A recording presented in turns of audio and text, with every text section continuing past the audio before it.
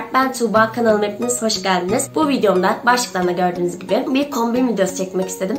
Kanalımda ilk defa böyle bir videoya yer veriyorum. O yüzden beğenecek misiniz, beğenmeyecek misiniz? Oldukça merak ediyorum. Yazdan etkilenerek sıcak böyle çiçekli, cıvıl cıvıl şeyler yapmak istedim. Aynı zamanda sıcakta giydiğimizde de bizi bunaltmayacak kombinler yapmak istedim. Yaza olan aşkımızı yansıtmak istedim. Biliyorum dışarı çıkamayacağız, belki bu kombinleri giyemeyeceğiz ama yine de böyle bir video yer aslında istedim. Çekmesi de o kadar zor ki gerçekten diğer çekenleri de anladım. Sıcaklı olduğu için zaten giy çıkar terliyorsunuz ve kombin yapmaya çalışmak da ayrı bir özveri gerektiren bir durum. Onun için elimden geldiğince yapmaya çalıştım. Umarım beğenmişsinizdir. 4 farklı kombin izleyeceksiniz birazdan. Umarım severek, beğenerek izlersiniz. Fikirlerinizi gerçekten çok merak ediyorum. Yorumlarda bu videoyu beğendiyseniz beğeni basmayı ve kanalıma abone değilseniz de abone olmayı unutmayın diyorum ve sizi 4 farklı kombinin yer aldığı videoya alıyorum.